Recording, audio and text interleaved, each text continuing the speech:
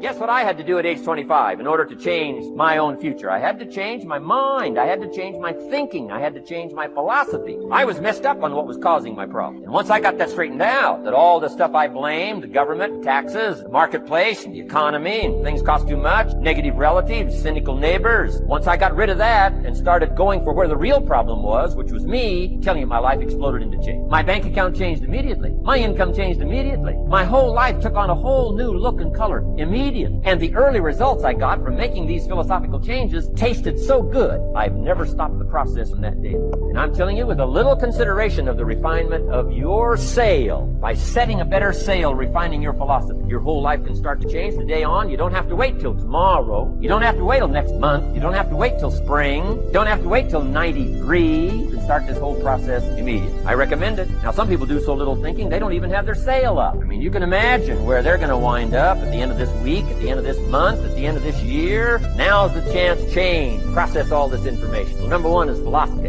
And we dealt with all that. Where we get ideas, personal experience, from other people's experiences. I don't want to get into all those details because we covered that the last time I was here. But philosophy, that's number one. My personal opinion. Each person's personal philosophy. Here's the definition of success and failure. Just make this note. Here's failure. A few errors in judgment repeated every day. Now you can automatically assume, Mr. Rohn, I say, I can understand that. A few errors in judgment repeated every day. For 6 years, I'm with my father. I think I told the story the last time I was here. My father, 88 years old, he's never been ill, still hasn't retired. Not long ago, midnight, we're getting ready to go to bed. Drilled a new well, got some extra water, got some more acres going, he's all excited.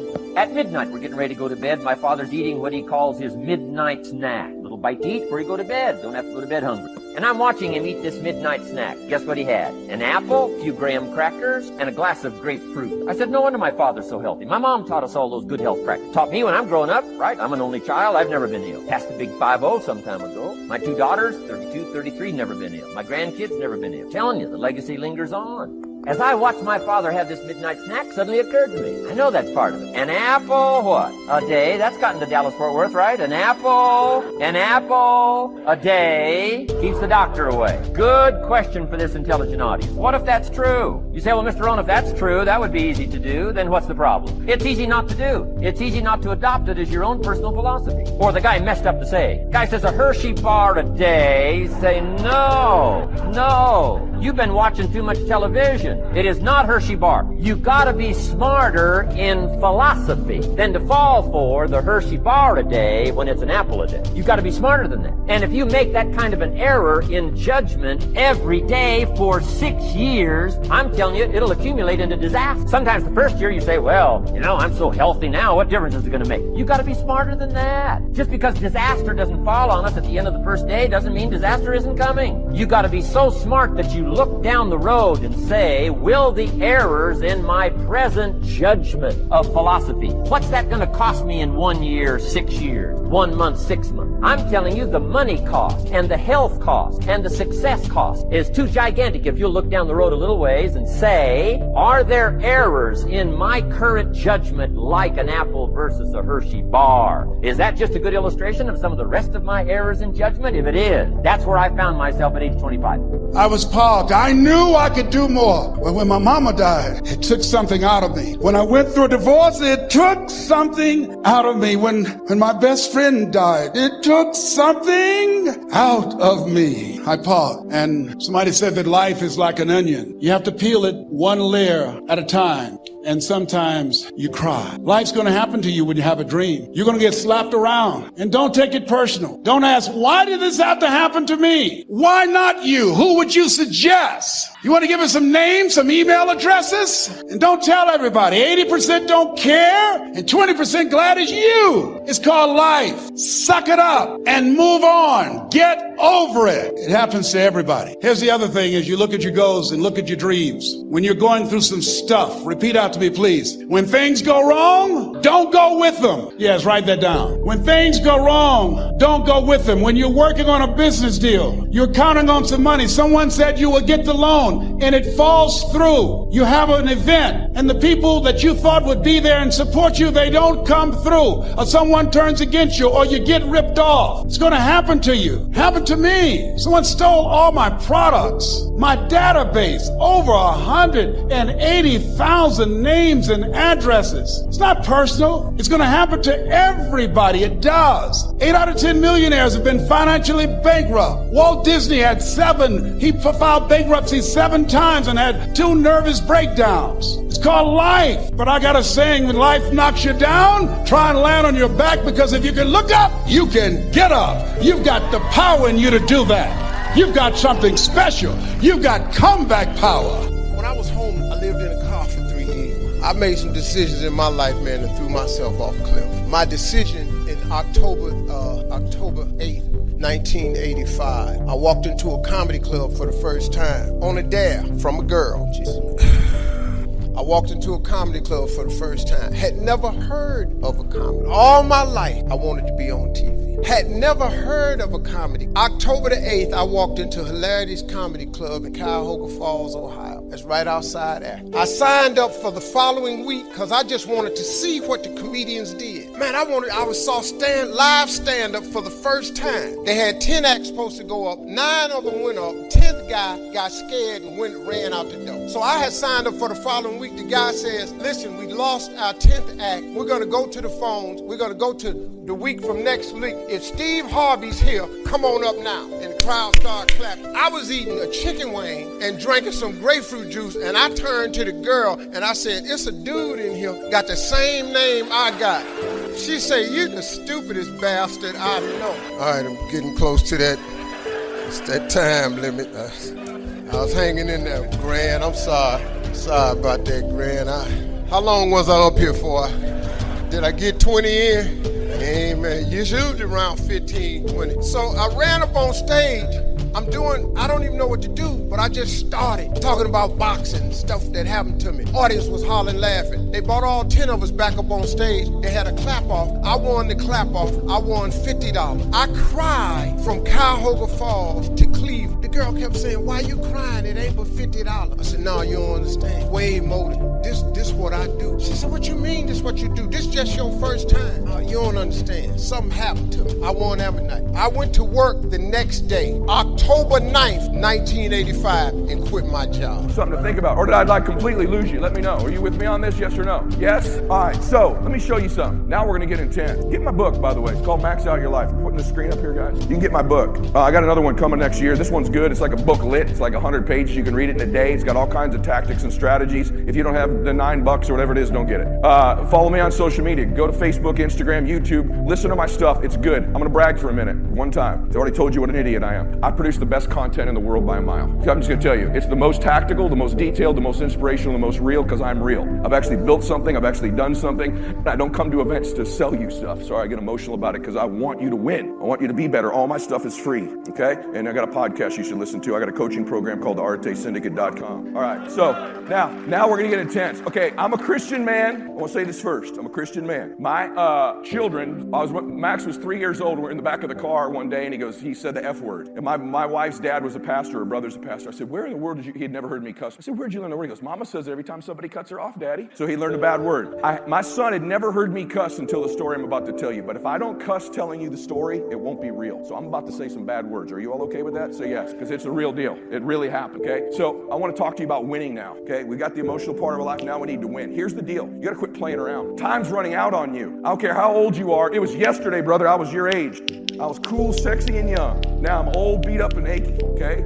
Let me tell you, time flies. Time flies. I'm 50 freaking years old next month. I can't even believe I'm saying that out loud. 50 years old next month. My son, I'm the type of dad, you can put that up on the screen. I'm the type of dad, man, because I was an athlete. I played college baseball. I played Division I college baseball. I was a good player. I wasn't a great player. I had a catastrophic injury that formed a tumor. I started to lose part of my right leg that ended my career. It probably would have ended eventually anyways, but my career ended. So when I had a son, I did not want to be that dad. Any of you have boys in sports? sports, or girls in sports, you know that dad? You know the dad I'm talking about? The crazy dad? The guy that thinks his 5'6", 240-pound son's gonna play in the NFL. You know that dude, right? You should laugh at that. That's funny as hell, right? Has no genetic chance whatsoever of ever playing professional sports, but this dude's gonna turn him into one. So when my son started playing sports, I'm just gonna be honest with you. My son is not athletically gifted. My daughter is. Bless his heart. In fact, Max was so bad when he played baseball, we for years could not figure out whether this poor kid was left or right-handed. And I'm dead serious when I tell you this. To this day, I still don't know. He eats right-handed, he writes left-handed, he can't throw or catch. You cannot play catch with a baseball with my son because he will probably get hit in the face. To this day, he is just not athletic. We put him in every sport. Football, flag football, he was the kid who blocked. You know which kids block, right? Right? You know what I'm talking about. Basketball, no bueno. He went an entire season and did not score a basket, okay? Baseball, which was my sport, I got on the best hitting coaches on the planet. We just called him a switch hitter because we had no idea. So finally he stops playing sports. I'm like, you know what? But he's a hard worker. He's watched his dad work hard. Golf. And then of course when he started playing golf, left or right-handed, I had no idea. Still probably not sure. My son started playing in tournaments. We moved out to the desert. This is a picture of us. And I was this dad. I used to tell Max, hey Max, you know Daddy loves you whether you finish first or last. You ever say that to your kids? I can't love you more if you win. My son started to take that stuff very seriously. And so we would go out, and where we lived, I moved where a bunch of professional golfers live and their son. And so the tour my son played on, your dad caddied for you. So I want you to picture, you're walking around, I'm carrying his bag 4 or 5 hours. I'd show up to the golf course, tattoos, Adidas pants on, tennis shoes, tank top. My kid's got some used set of golf clubs from Roger Dunn, ragamuffin little outfit. You can see it right there. That's not me. That's me and him playing golf right there.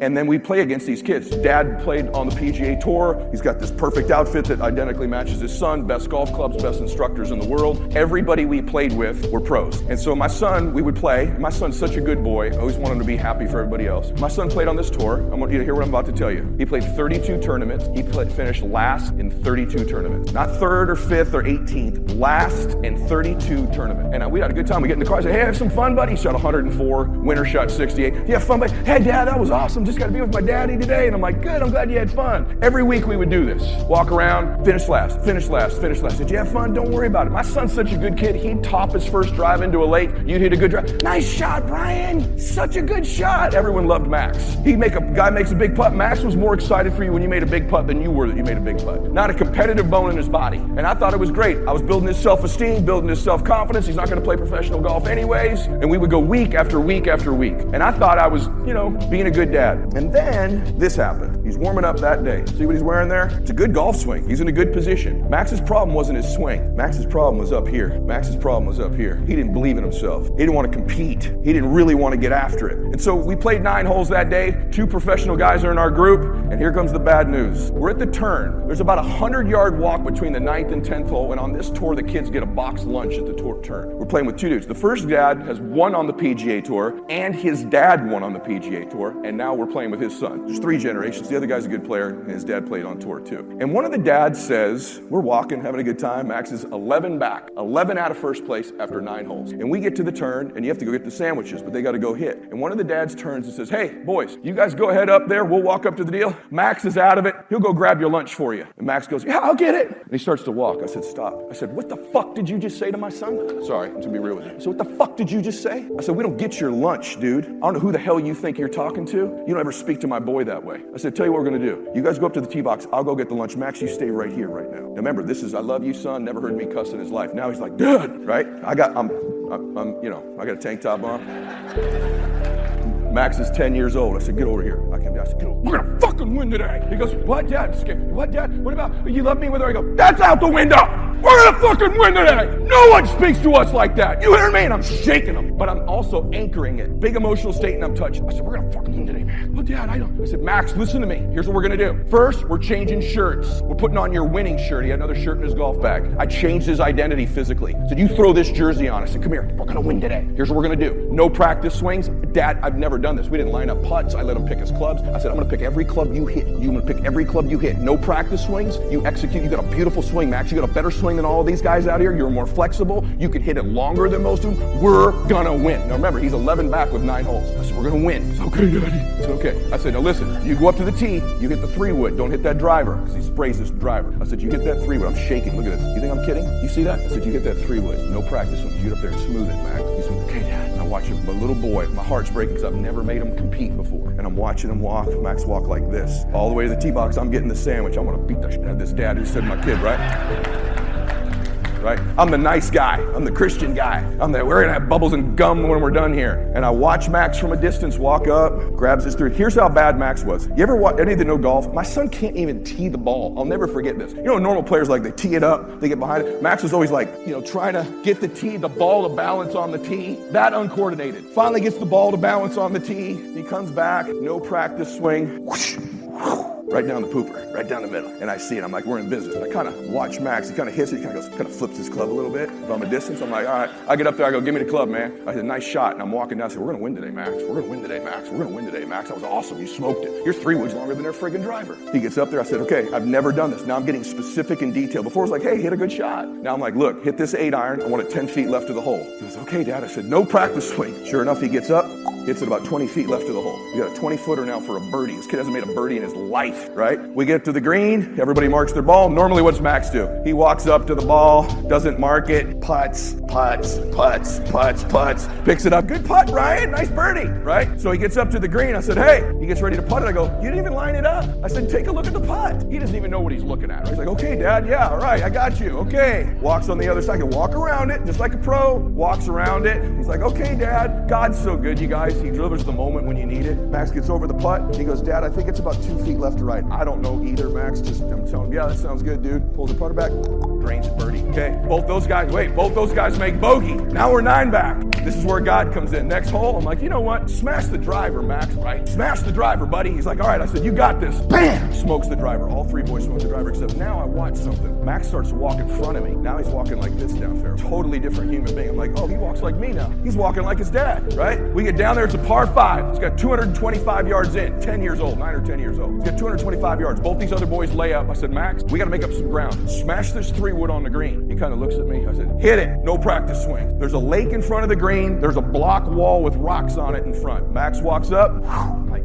good shot. I'm like, Jesus, please give this boy a break. Please, Lord, please. And it comes down, hits the wall, right up in the air. And I kind of do this. And Max goes, yeah, Daddy. And I go, what? It hit the wall, went forward and rolled to about 6 feet away from the hole. That's God. That ain't me, right? That's God. I'm like, all right. Little Ian drops one in the lake. Little Mikey drops one in the lake. We're sitting on the green with an eagle putt. I'm like, Max, knock this sucker in. Take a look at it, walk it off. Same bull crap. He doesn't look at it. He looks around, looks at it, gets up, makes an eagle. We go birdie eagle with the new shirt on. Birdie eagle, right? Now Max is like, Dad, we're going to win this thing. I'm like, we are, buddy. We're going to win. And we get all the way to 18. He's down 1. We've never even met in the tournament. We've never even talked about this crap before. He's down 1 going into 18. There's a lake in front of the green again. I said, smash the driver, Max. It's you and Ian. Ian was the other boy left. Smash the thing, man. Max is walking around like, I own this place now, right? Kind of one of these deals. I got it, Dad. I got it. Sure enough, bangs it down the middle. They're both about 8 feet away from each other. And I hear Ian's dad say, don't hit it in lake. I go, Mac, in lake.